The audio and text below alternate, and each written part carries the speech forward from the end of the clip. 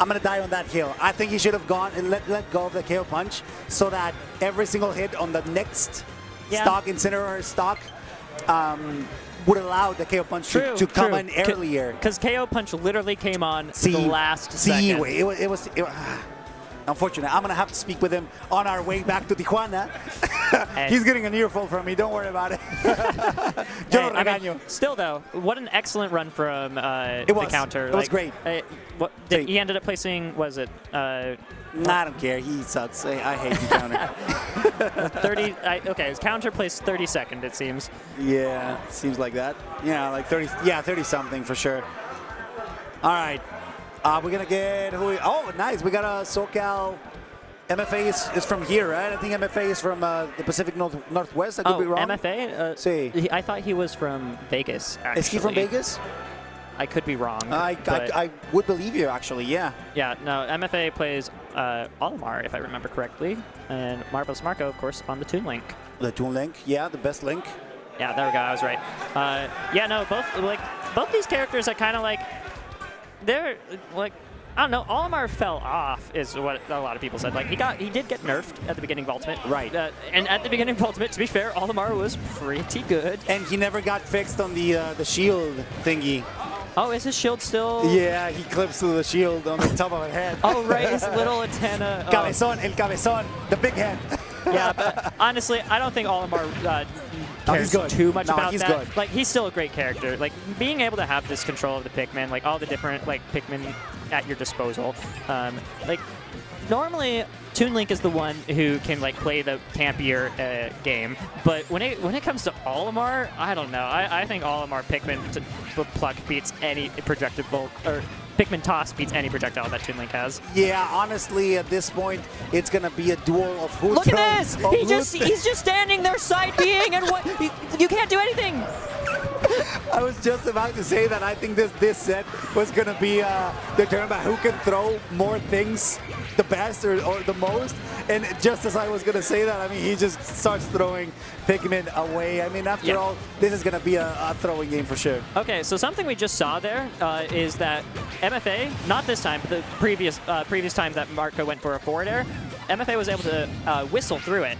Whistle is just a little bit faster than air dodge, and that little extra speed lets him whistle through, super armor, and, you know, make it so that way Toon Link's normally great combo game, just a little bit less effective on Olimar.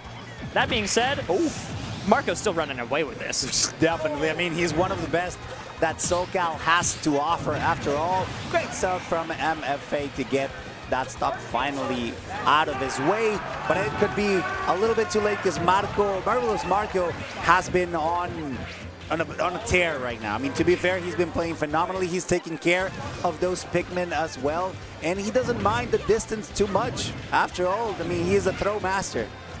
Yeah, this is true, and I have to say that, like, Marco, just gotta play it safe and careful here, right? Like, yeah, you have the lead. You could just sit back and hold off, but we did see in the Smirk set versus Smirk Louis Money, sometimes that passivity can bite you. Definitely something to consider about great parry from MFA, which allows him to just get Marvelous Marco off stage once again. Those throws not quite there. The grab is going just to be a little bit off in terms of timing and distance. However, still looking good. Still has a good opportunity. The damage is slowly racking up. Great parry to deal with the projectiles that Marvelous Marco is throwing out. Yeah, no, MFA here is slowly but surely making this comeback. Ooh, careful. Going to get forward aired off stage in that situation. All right, excellent maneuverability to line up the purple Pikmin. And we're now seeing Marco, you know, it's still having that lead, but it could, you know, quickly spiral out of control if you're not careful. Yeah, to be fair, the people in chat are rooting for MFA, slowly bringing it back. Gotta be extremely careful. Marco had an insane lead at the beginning of this game, but it's slowly trickling away, and you gotta be super careful. He gets the hero spin, which will not be punished by MFA. Maybe believing a little too much or trusting too much about the end lag, and that ultimately allowed him to just slip out of his grasp. He was so close to bringing it back, but Marvelous Marco doing a phenomenal job at keeping his composure there, despite the almost comeback from MFA. Yeah, no, I have to say that, like, Marco, you know, still is playing the set really well. Like, honestly, the more I'm watching this matchup, the more I'm thinking, like, Toon might lose this. Like, I was seeing him throw a boomerang, right, and the purple Pikmin beat boomerang. See? And so it's just like, oh, that sucks. Oh, he can, like, if I hit bomb forward air, you can whistle through the forward air. Oh, that kind of sucks. But even with me, like, watching that whole thing, Marco still ended up winning it. Like, I was just watching all the things that Toon struggles with, but guess who's 1-0? Yeah, I mean, to be fair, he is the #1 competitor in Reno, Nevada. Great stuff from MFA.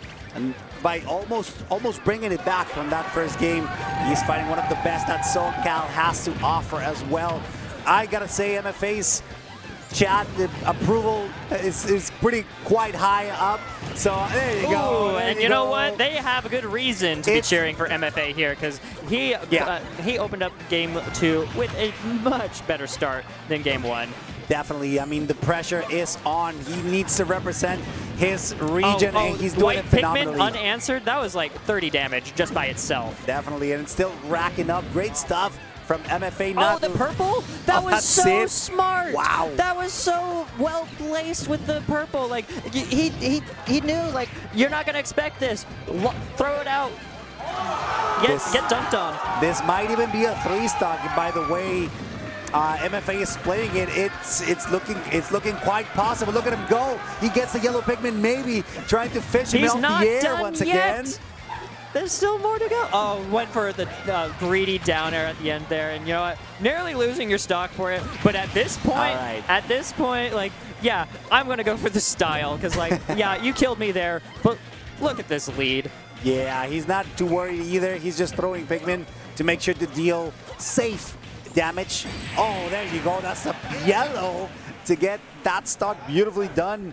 Representative from Reno is doing phenomenally at this point. His adaptation is undeniable. Yeah, game 1 was a super long, very methodically thought out set, and then game 2 is just like bam, bam, bam. All right, game 3. That was crazy. Yeah, he adapted way too fast. Yeah, no, like, getting kind of bopped like that, you know, it happens sometimes. It happens every now and then, and it's up to Marco here to figure out ways to, you know, return to, like, that pace of game 1. Yeah. Like, if Marco can, like, slow it back down to, like, the way game 1 was going and just, like, you know, play his game plan, not MFA's, then he'd be in a much better position. Yeah, I mean, after all, the game plan is the same, right? I mean, you're throwing your projectiles, you're making sure that you're ready when one of them connects, but the fact that MFA can just throw him quite safely maybe is going to force Marvelous Marco to be a little bit more aggressive, more on your face, and that's something that we are actually seeing right now. Of course, he's got to deal with those flying Pikmin first. All right, good corner carry from Marco here, but MFA is able to get the reversal.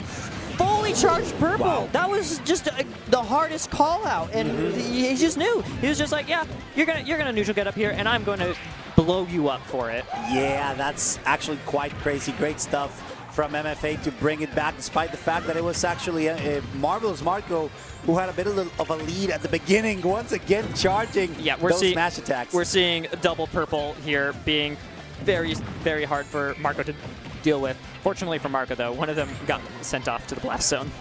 Yeah, at this point, it's not looking pretty for the SoCal representative Whistle to make sure to try to land in a safe location, and he does that.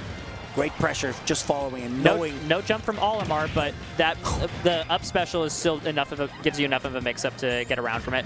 All right, you know what? Misses the grab, doesn't matter. I'm just going to spot dodge down smash because that's good on every character. Ouch, once again, 2 stocks down. Whereas MFA feels comfortable enough. Great spot dodge. That's going to mean that a lot of damage is going to rack up quite quickly, thanks to that yellow white Pikmin and the pressure that the purple ones put out. Can he go for yet another confirm, and he gets it? That's crazy. That's wild. He pops off like that. He knows that he just turned a phenomenal victory. 2 against 1 on Marvelous Marco. Yeah, no, that last stock was actually like that is the example. That is a perfect example of a character specialist. See. The way he handled those Pikmin, the way he like he was cycling the Pikmin during the combo, See. so that way he could like, all right, I'm gonna down throw you with the white Pikmin. I'm gonna throw the purple Pikmin to cover this option. And I'm also gonna throw the white Pikmin behind you. The white Pikmin was latched game. on, and then he was like, all right, now I have my purple back, and I'm gonna hit you with it. Yeah. And you know what? It just led to the stock that way. Like.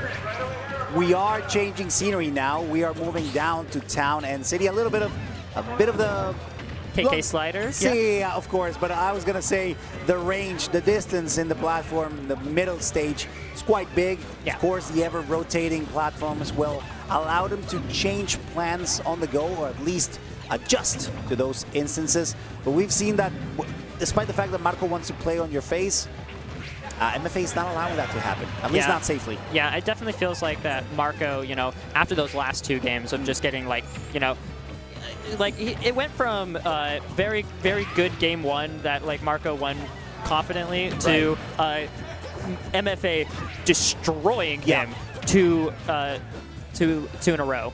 And so what we're seeing now is, you know, Marco's just got to slow it down, keep it, you know, return to that pace, but MFA not really giving him a chance. Yeah, I mean, to be fair, it's extremely hard considering how the Pikmin play has been on point from MFA. He's been doing a phenomenal job at forcing Marvelous Market to be on his hind legs, basically. That could have been a very harsh read, or punish rather, but even though he whistled out, he still couldn't avoid the upper. Not enough to get that stuck, but at least he's not too far behind. He just needs a good throw, a back throw specifically, to get that stuck, unless he gets a hard read. It's the forward tilt who gets the stuck. Yeah, no. If you're Marco, you're feeling a lot better about how this game's going compared to those last 2. Like, you know what? MFA really figured out something about your play the last 2 games, but fortunately, you're in best of 5 territory, so you still have one more chance to adapt. Now watch out here, both of them picking their corner. They're not trying to close that distance just yet. The pressure that MFA is putting out on Marco is undeniable. Just throwing Pikmins around, despite the fact that the whistle comes out. Marco is relentless, forcing him from one side to from the stage to the opposite one, taking a ride on that platform, still surviving for just a little bit longer. Yeah, no, Marco here is like, you know, he's digging deep. He's like, if my tournament life's on the line, like I have to find, like, I got destroyed the last 2 games. I have to figure out something different, and I think he's starting to like put something together. Although the issue is that he has slowed it down, but these Pikmin keep getting latched on to Marco, and like he's just eating so much % every time this happens. No hard punish there. Interesting. Yeah, normally I think you could get like a smash attack. Or a downer even, like he was jumping, so maybe trying to catch him in the air, not quite getting it. Back throw to get a little bit of extra stage presence from the SoCal representative. Great parry, dude. That's going to be super scary. Almost scraping that rightmost blast zone. Not quite getting it. Both of them scrapping at a safe distance. It's kind of weird to, if you put it that way. All right, we're seeing a back throw. Oh, you're going to destroy him off the side. Weird DI, I think. Yeah, no. Toon Link back throw is... It's a kill throw. It's a shadow of its former self in Smash 4, I will say. But if you can DI back throw pretty well, but if he catches you with bad DI, it's lights out. Yeah, for sure. Sickalaus, or what was it called? Sickalaus, favorite, what was it called? Marvelous Marco's fan right there in chat. Gotta love it. That's tough love, and that's exactly what motivates you the most right now.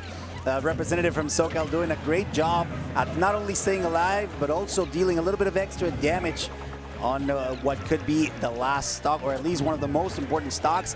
This could be a momentum shift for the SoCal representative. He's doing phenomenally at getting those confirms. Great boomerang to you know, set up the forward air. And you know what? Now you're feeling comfortable as Marco, right? Like you now figured it out. You've now understood, like, all right, this is what MFA was doing to like destroy me the last time. And so now it's up to MFA to, you know, tap. He's got to tap back into like game 2 and 3 because Marco has found his mojo again. Definitely, you can tell, you can see just how accurate Marco is performing. He's also getting rid of those Pikmins as they approach.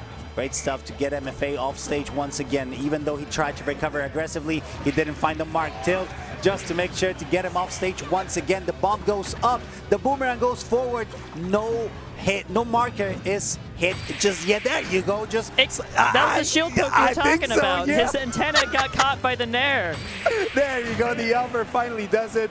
The Master Sword, one of the strongest weapons in the video game universe, makes its debut once again. This time to bring a second life, a second air for Marvelous Marco to bring the set back, despite the fact that MFA absolutely adapted in the previous games. So here's what's happening. Game 1, we have a really slow set, and Marco wins. Game 2 and 3, stupid fast. MFA wins both those games in lightning fashion.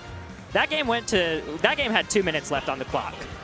Marco won that game. So, depending on how fast this first stock goes, I think will give us a good idea of who will be winning this set. Someone in chat was saying, Marco, time him out. And I mean, he kind of... he was going for it. Yeah, no, like, but he was also being aggressive, which I think it was a very, very good thing for him to try to balance, you know, the distance play and the aggressive mode that has been working out for Marvelous Marco, at least throughout this set. Get number 5 though, Tuesday. This is do or die for either of them. No, like both these players want to keep their bracket run alive. Both of them know how important it is to move on in the bracket. I'm sure both of them are hungry for a top 8. And you know what? At the end of the day though, only 8 people can do it. And one of these two gonna have to move on in the bracket. Definitely. Now watch out, because Marvelous Marco is doing a phenomenal job at juggling around his projectiles. Gotta be careful, because MFA was fishing for a yellow Pikmin down air. Could have been a beautiful 2-frame spike if that had connected, but also we have those purple ones as well. We're going all around the world to recover. Great stuff from the representative from Reno, Nevada. Yeah, no, and oh, what? That was such a good call out. Yeah.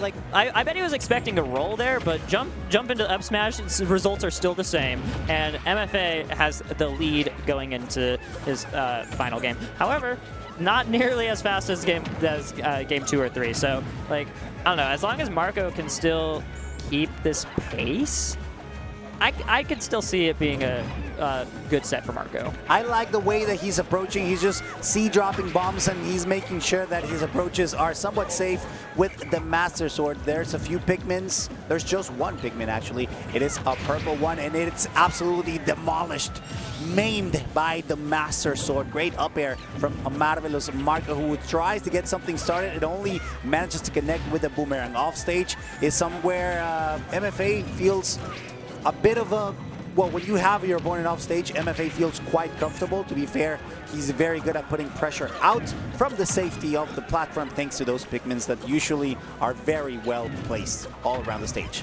Yeah, no, we're just seeing just a game of nickel and diamond right now. It's just a matter of like, I'm gonna hit you for 5% here, 10% here. We're gonna back off. We're gonna play this safe game. And I mean, this is what Marco needs to win the set, right? Is to just like play it super slow and patient. But he's trying to do this, and just as soon as one Pikmin gets on him, like he's the one who's just like, he's losing the nickel and dime war.